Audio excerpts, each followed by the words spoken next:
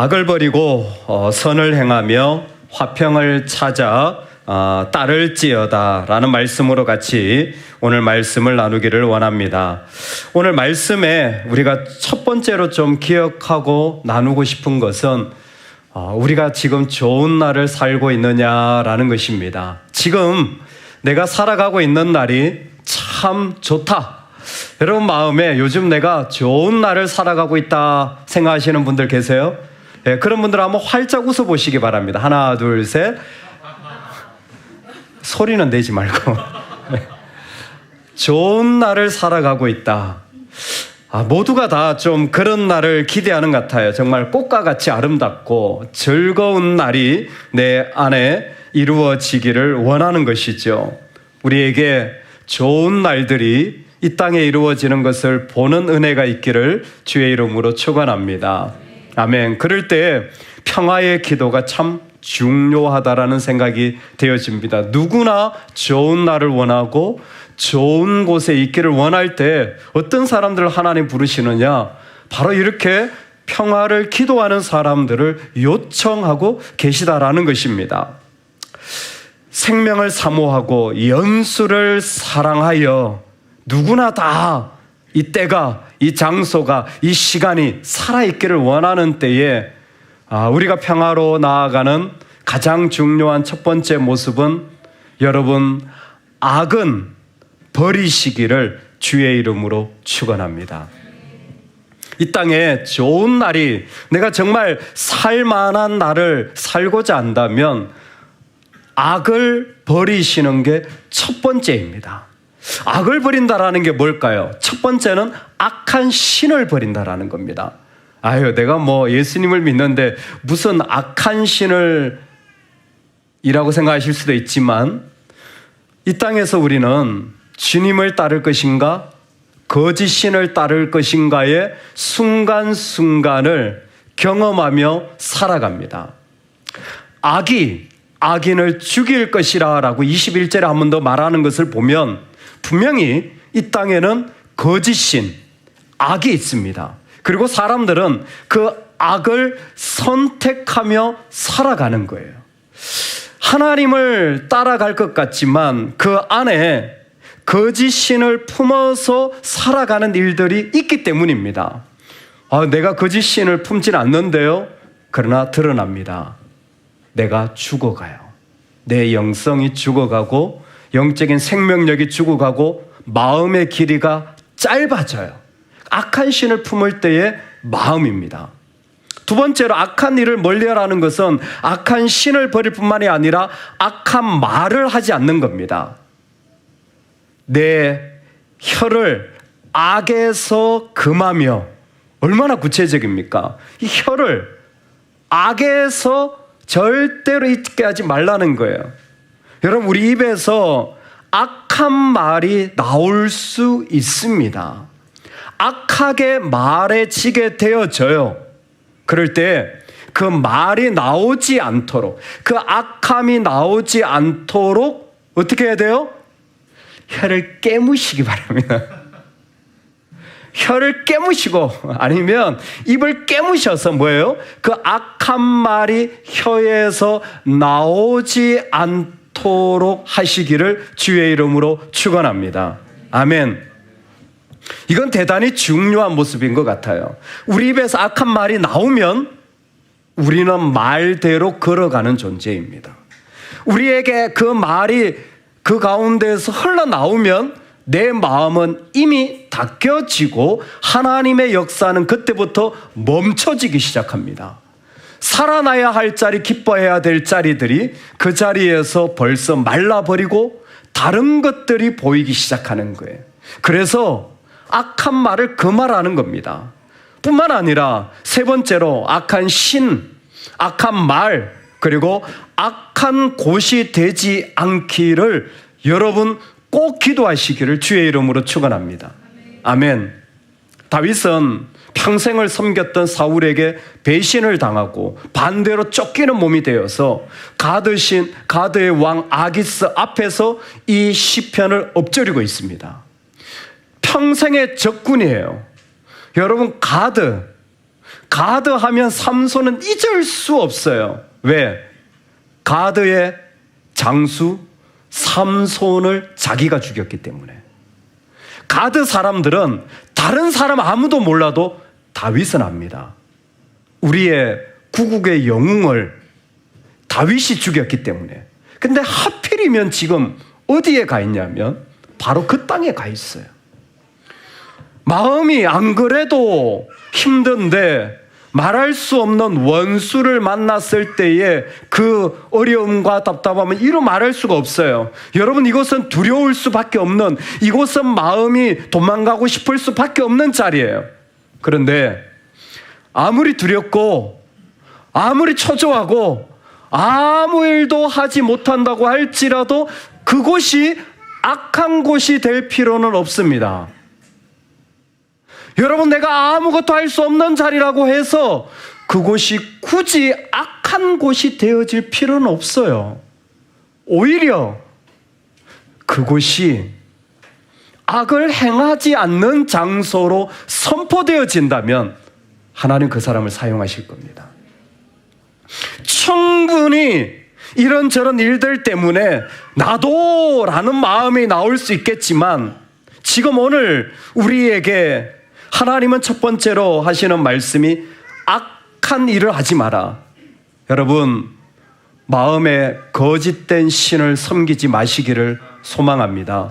성경에 보면 하나님으로 하지 않는 모든 것이 죄라고 했어요. 악한 신을 섬기고 있다라는 거예요. 두 번째는 말이 악해요. 어떻게 말을 그렇게 악하게 하십니까? 이건 정말 믿는 자로서 상상할 수 없는 이야기인데 그런 말들이 막 나와요. 뭐 하라 그랬죠? 깨물어. 세 번째, 악한 곳이 되게 할 필요는 없습니다. 재미있는 건 이 사실이 우리에게 되게 중요해서 예수님은 귀신이 우리 안에 있다가 도망갔을 때 7 귀신을 데리고 들어온다는 표현을 했어요. 와, 제가 이계우 교수의 강의를 들으면서 동의가 되는 부분이 이 부분이었습니다. 본인의 딸이 20대 꽃다운 21살, 22살의 나이에 암에 걸렸다가 회복이 되었어요. 암에 걸렸다 회복이 되었어요. 그런데 1년 뒤에 죽게 됩니다. 딸이 죽었어요. 암으로. 근데 분명히 병원에서 치료도 잘 됐다고 했고 그 이후에 그 추적 과정도 너무나 좋았어요. 근데 죽었어요. 이거 왜 이렇지? 라고 이 교수가 특유의 이 연구를 한 거예요. 아픈 가운데서 연구를 한 거예요. 그랬더니 죽을 수밖에 없었다라는 거예요. 자기 딸은 죽을 수밖에 없었다라는 거예요. 여러분, 왜 자기 딸이 죽을 수밖에 없었다는 결론을 냈을까요? 이 딸이 젊은 나이에 암에 걸렸어요. 21살, 22살에. 그러면 지난 20년 동안 이 자매가 암에 걸리는 삶의 환경에 살아왔다라는 겁니다. 유전이든지 음식이든지 생활이든지 운동이든지 어떤 공기적인 어떤 문제라든지 그 환경에 있다가 암에 걸린 거예요. 그리고 병원에 가서 암 치료를 받은 거예요. 근데 암 치료를 받고 이 자매가 어디를 갔을까요? 똑같은 환경에 또 들어간 거예요. 똑같은 거 먹고 똑같이 일하고 똑같이 살아가니까 뭐예요? 암이 자랄 수밖에 없다라는 거예요. 본인이 이 사실을 깨닫는데 소스라치게 놀랬다는 거예요. 너무나 많은 한국의 암 환자들이 자기와 같은 고통을 겪는데 사랑하는 딸을 먼저 보내는데 놀랍게도 암 수술하고 똑같은 환경에 또 들어간다라는 거예요. 그 똑같은 거 먹고 똑같은 생활하고 자기 딸도 그랬대요. 대학생이니까 몸 좀 괜찮아지고 쉬었다가 휴학을 했다가 뭐 이렇게 건축에 이런 모형을 만드는데 막 밤을 새고 팀 프로젝트가 있는데 며칠씩 모여가지고 일을 하고 그랬던 거예요. 예전에 했던 생활 그대로인데 결론은 암이 한번 재발하죠. 온몸에 젊으니까 퍼져서 걷잡을 수 없이 생명을 잃게 된 거예요. 여러분, 우리가 죄에서 건지움 받은 자들입니다.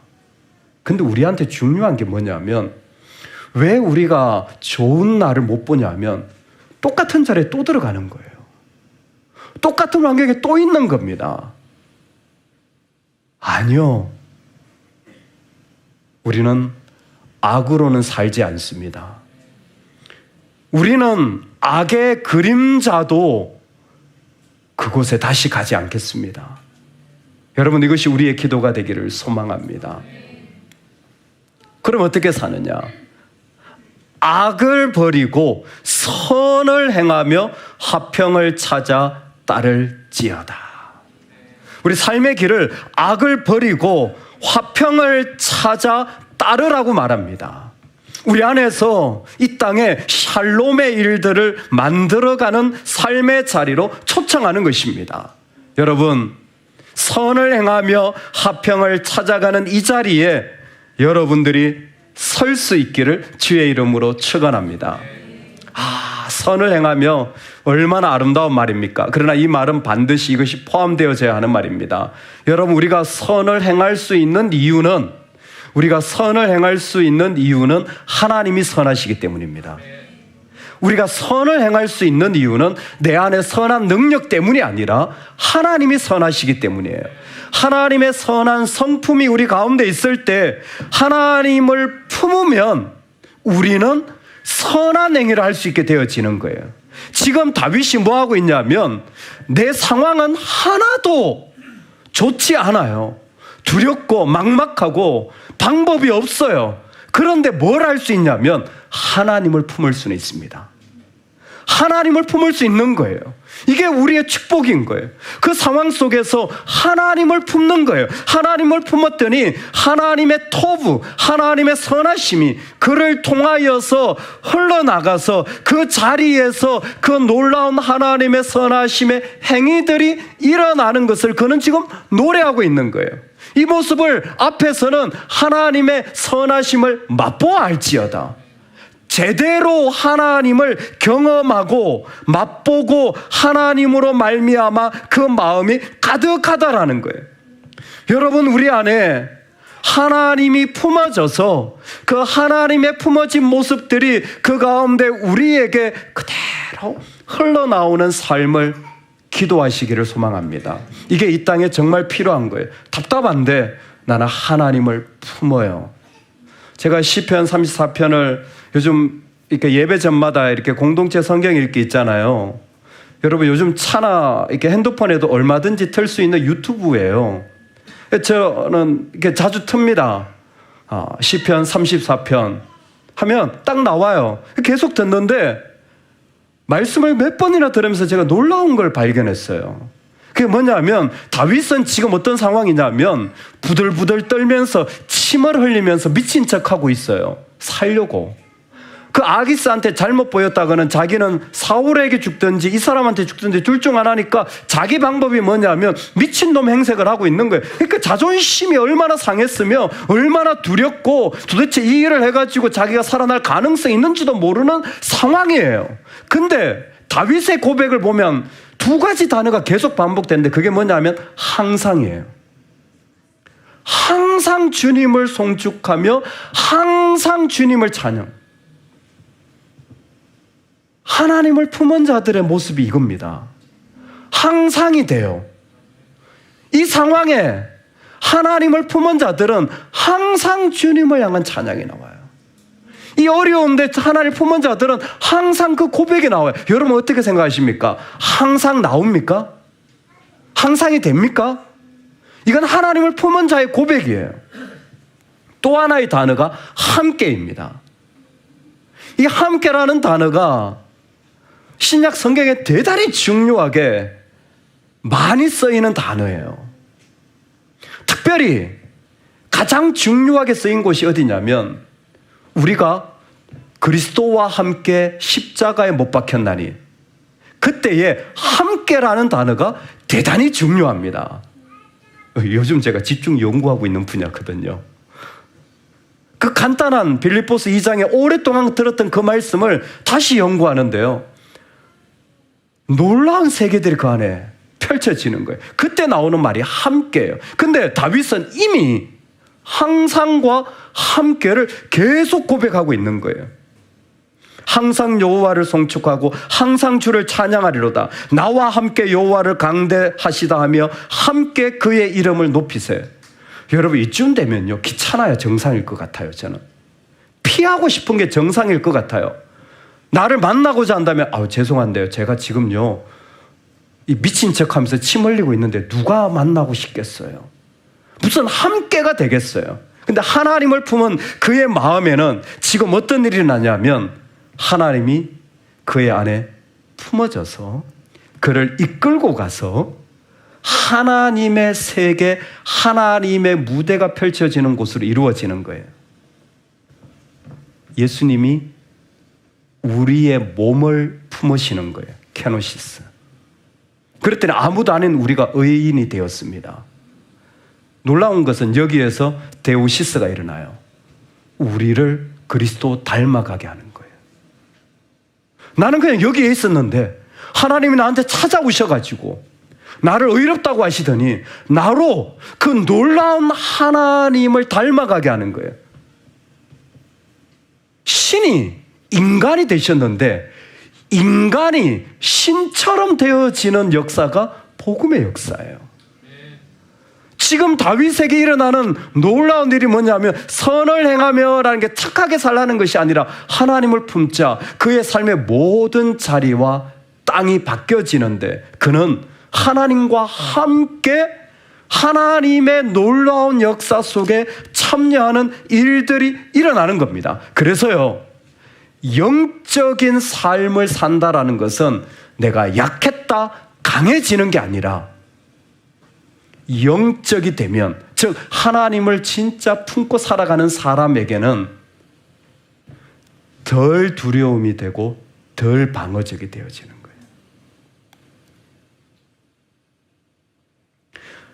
두려워하지 않아도 괜찮아요, 이제. 그리고 그렇게까지 나를 보호하지 않아도 괜찮아요. 굳이 나를 보호하거나 나를 방어하지 않아도 이미 하나님이 내 안에 품어진 사람은 약한 모습 그대로도 괜찮은 거예요. 부족한 모습 그대로도 그는 너무 감사한 거예요. 그게 우리 안에 펼쳐진 하나님의 선입니다. 여러분, 선한 일을 행한다라는 것은 하나님을 품어서 그분을 맛보고 그분으로 내 자리가 고백되어지는 거예요.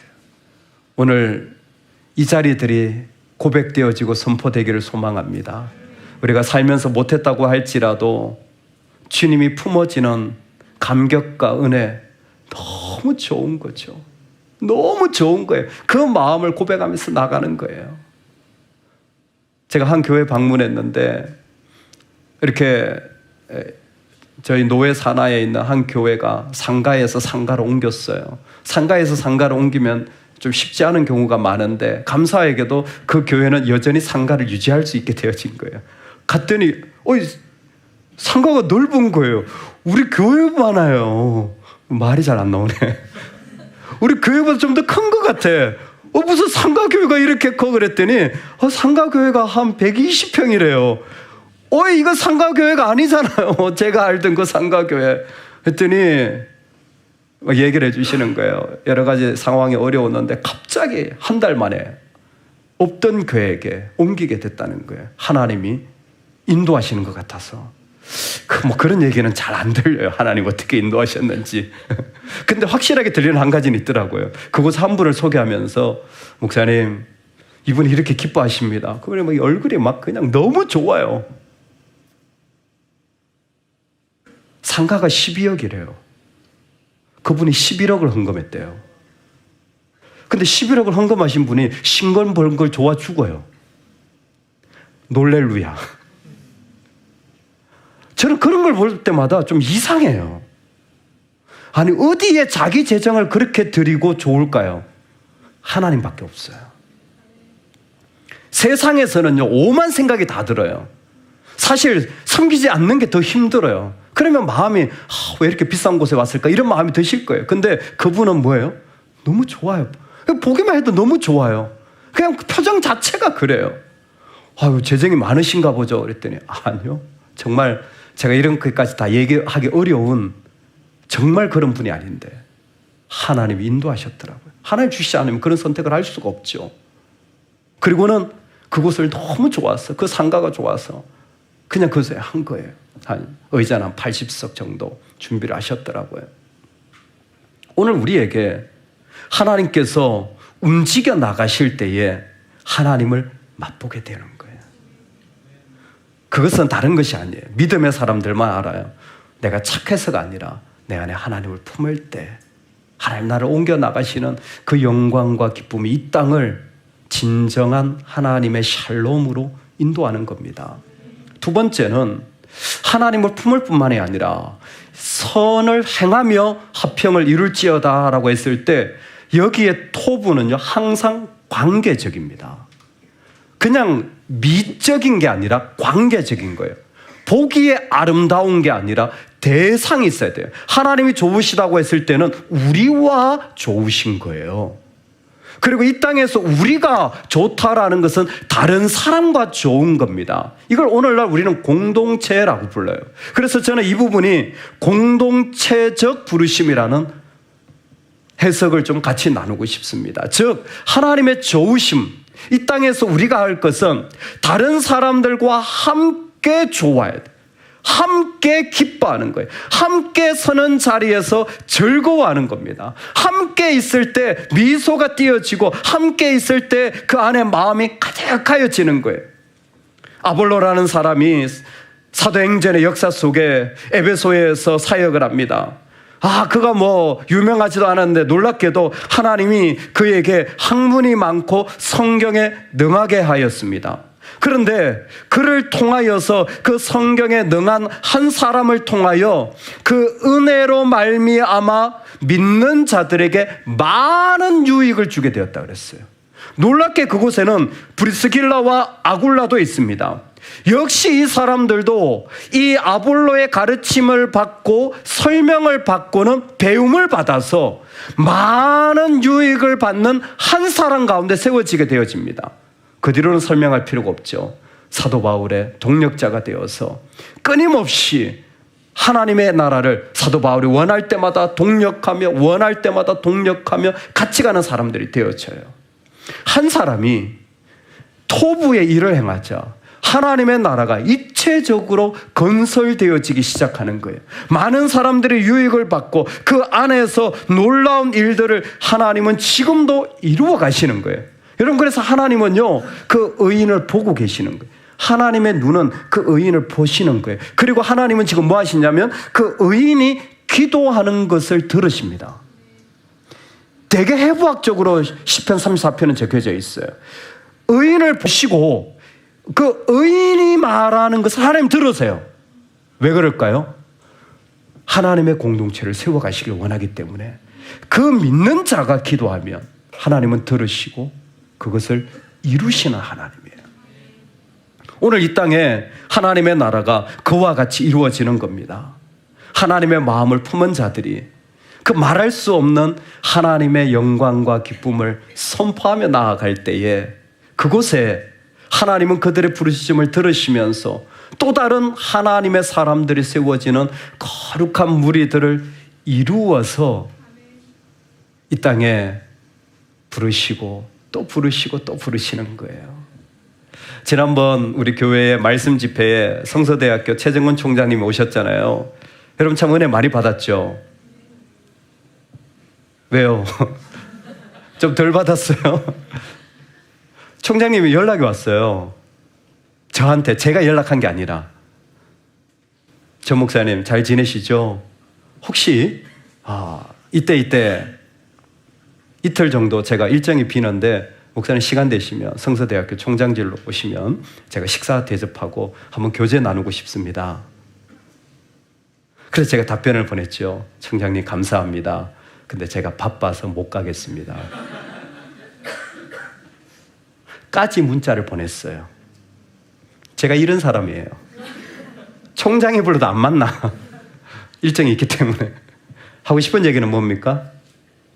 하나님의 세계에 귀한 분들을 만나고 아름다운 관계들이 맺어가고 그 속에서 하나님의 일들이 일어나고 우리가 어떻게 만났겠어요? 주님의 은혜죠.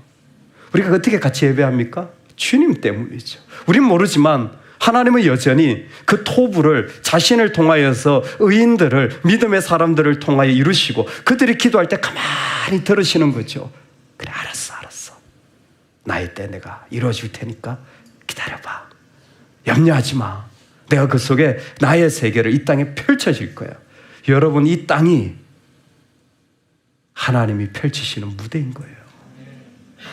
오늘 우리가 그렇게 부름받은 거예요. 그래서 정말 우리는 좋은 날을 보게 될 겁니다. 진짜 아름다운 날을 더 보게 될 거예요. 그러기 위해서라도 우리 악한 신은 섬기지 맙시다. 하나님 아닌 어떤 내 마음은 품지 맙시다. 제일 무서운 악한 신은 자기의입니다. 여러분, 악한 말 하지 마세요. 믿음이 아닌 말은 정말 혀를 깨물어서라도 하지 말아야 됩니다. 왜? 그게 길이 되어져 버리니까. 우리 안에 악한 그 모습들로 말미암아 일어나는 어둠캄캄한 곳, 굳이 악한 곳 되게 할 필요는 없어요. 내가 두렵다고 할지라도 악한 곳이 될 이유는 없습니다. 오히려 우리는 그 속에서 뭐예요? 내가 미칠 수밖에 없는 상황이지만 나는 하나님을 품을 수 있습니다. 할렐루야. 나는 나의 살아계신 하나님을 품을 수 있습니다. 그러면 그 하나님의 선하심이 나로 그 일을 행하게 하는 거예요. 나로 그 속에서 난 알지 못하지만 하나님이 그 일을 행하도록 부르시고 두드리시고, 그 속에서 하나님은 또 다른 하나님의 사람들을, 아볼로를 통해 브리스길라 아굴라를 세운 것처럼 우리를 통해 우리 자녀들을, 모르죠, 우리를 통해 저 다음 세대를, 모르죠, 우리를 통해 우리의 또 다른 사람들을 세워서 하나님이 곳곳에서 그 나라를 일으켜 나갈 때에 정말 아름답고 더 좋은 날, 그 생명의 날 보기를 원하는 자의 마음을 우리 하나님이 들어주시는 그 은혜, 여러분, 이 땅에서 우리가 누려나갈 수 있기를 소망합니다. 아멘.